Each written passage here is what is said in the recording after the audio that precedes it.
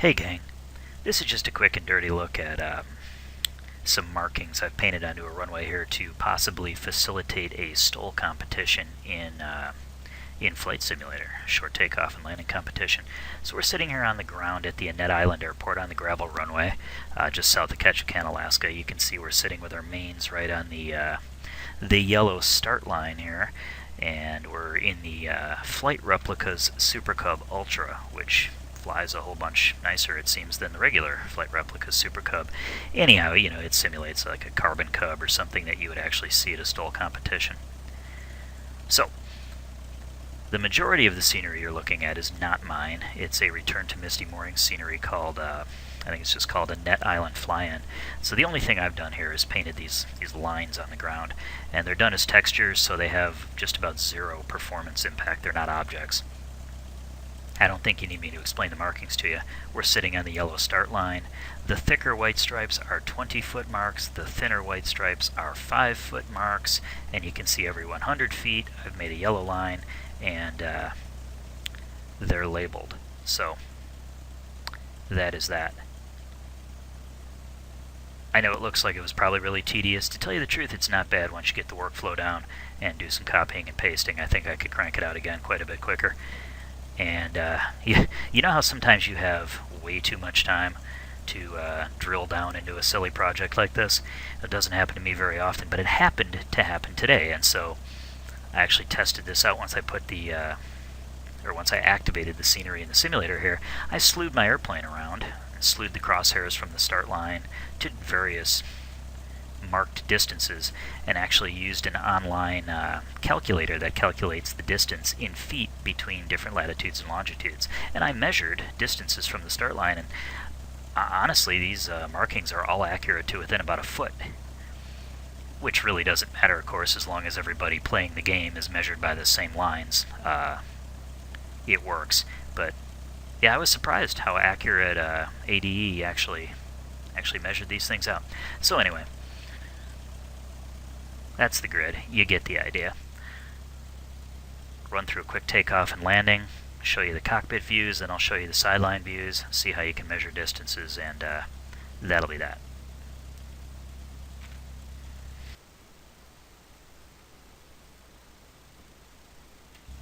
Okay, here's the takeoff portion of our demonstration. Quartering left headwind at about 10 knots, and again, we're in a Carbon Cub. This thing just jumps off the ground. And that's it, we're airborne.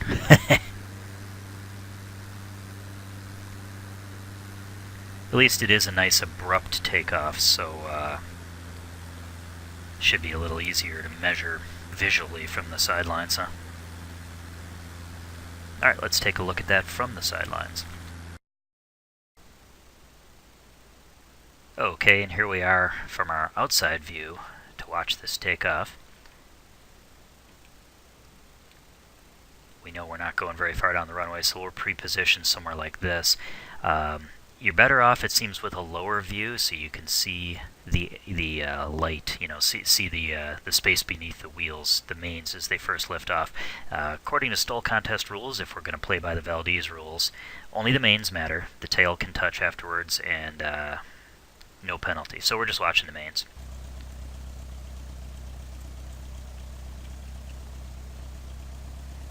Let's see what we get here.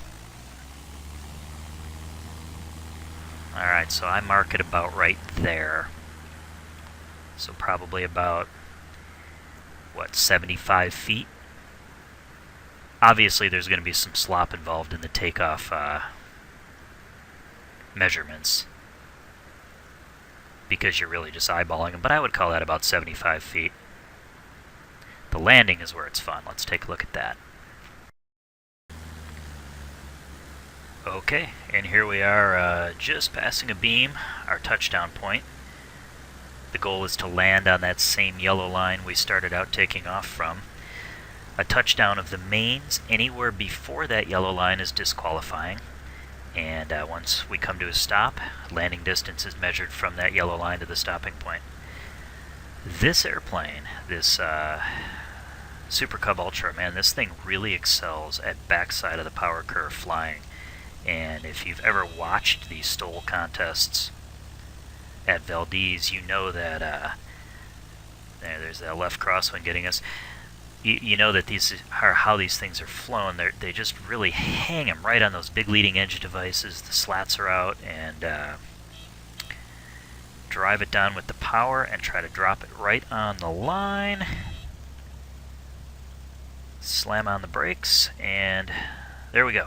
Let's take a look at that from the sidelines. Alright, and here we are back to watch the landing from the outside view. You can see we're standing right on the yellow line here. Remember, any main touchdown prior to this line is disqualifying. So we position ourselves right here just to verify it's not a disqualifying landing. Of course, measuring the landing distance is a lot easier because once the aircraft comes to a stop, the pilot's instructed to just sit there until it's measured.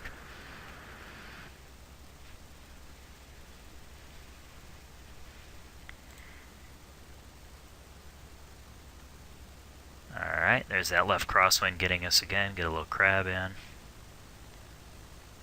Just hanging around the prop and those big slats on the leading edge. Big barn door flaps. Oh, a little power. And right on the yellow line. Nothing prior to the yellow line. That's a qualifying landing. And as you can see, extremely short. Just to make sure we get exactly the right angle. If you want to be all official, we'll go to the top-down view. And I would score the furthest forward main, so since this is 40, there's 45 feet. What do you want to call that, 46, 47 feet? And that, whoa, that's interesting.